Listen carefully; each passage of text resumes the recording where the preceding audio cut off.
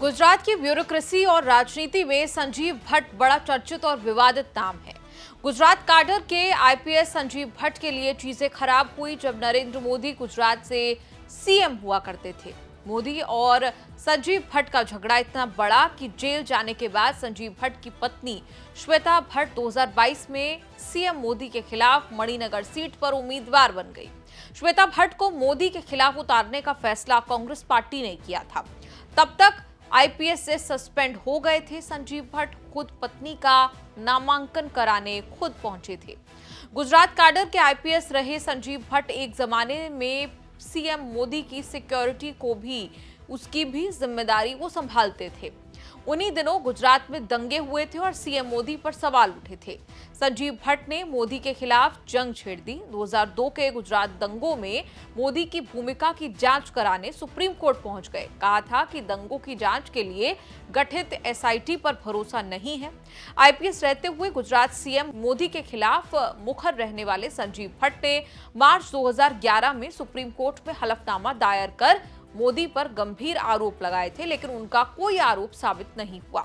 उसी के बाद गिरफ्तारी हो गई। संजीव भट्ट को 2002 के दंगे की जांच कर रहे जस्टिस नानावटी और जस्टिस मेहता कमीशन के सामने एक गवाह के रूप में बुलाया गया था। दंगों के केस में मोदी को क्लीन चिट मिल चुकी, लेकिन संजीव भट्ट पहले और आगे के कई मामलों को लेकर फंसते चले गए। पूरी दुनिया, करियर, घर, परिवार सब देखते देखते पलट गया। कश्मीरी पंडित को तकदीर गुजरात लाई थी। 1985 में आईआईटी बॉम्बे से एमटेक करने के बाद उन्होंने सिविल सर्विसेज क्वालिफाई किया। 1988 में उन्हें गुजरात काडर अलॉट हुआ। वहीं लाइफ का सबसे बड़ा यू टर्न साबित हुआ। उनके पुलिस करियर में बहुत सारे विवाद हुए, लेकिन 1996 के विवाद ने जेल पहुंचा दिया। संजीव भट्ट गुजरात के बनासकांठा जिले के डीएसपी हुआ करते थे। संजीव भट्ट पर ड्रग्स प्लांट करके एक वकील को फंसाने का आरोप लगा था। देखने में जरा से लगने वाले इस आरोप ने संजीव भट्ट का पूरा आईपीएस करियर बर्बाद कर दिया। मामला 1996 का था। जांच 2018 में हुई। 1996 के केस में 20 साल की सजा हो गई। उससे पहले 2011 में ड्यूटी से गैर हाजिर रहने पर सस्पेंड हुए। 2015 में आईपीएस की नौकरी चली गई। 2015 में जब डिसमिस हुए तो कारण बना कथित सेक्स कांड।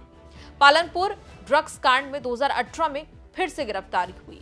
2019 में उम्र कैद की सजा हो गई। एक बार जेल गए तो संजीव भट्ट कभी जमानत पर बाहर नहीं निकले। जेल में सजा के 7 साल पूरे कर चुके हैं। अब सुप्रीम कोर्ट पहुंचे थे राहत मांगने, लेकिन सुप्रीम कोर्ट ने याचिका ठुकरा दी।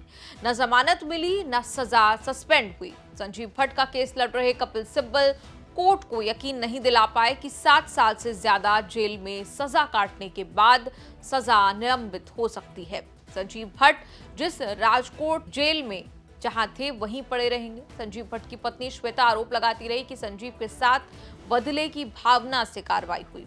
संजीव भट्ट को 1990 के कस्टोडियल डेथ के मामले में भी आजीवन कारावास की सजा मिली हुई है। तब संजीव भट्ट जामनगर जिले के एसएसपी होते थे। दंगा काबू करने के लिए 133 लोगों को कस्टडी में लिया था। उसी दौरान एक व्यक्ति की मौत हुई जिसका दाग संजीव भट्ट पर लगा। हिरासत में लिए गए लोगों में से एक प्रभुदास वैष्णानी की अस्पताल में भर्ती होने के कुछ दिन बाद किडनी फेल होने से मृत्यु हो गई। परिवार ने संजीव भट्ट पर यातनाएं देने का आरोप लगा। 1995 में केस दर्ज हुआ। आजीवन कारावास की जेल हो गई। सजा के खिलाफ अपील करते 2024 आ गया। गुजरात हाईकोर्ट ने राहत देने से मना कर दिया। अप्रैल में संजीव भट्ट एक और सुप्रीम कोर्ट पहुंचे और तब उन्हें कोई राहत नहीं मिली थी। आपका कोर्ट कचहरी के इस एपिसोड पर क्या कुछ कहना है? कमेंट्स में लिखकर अपनी राय जरूर दें।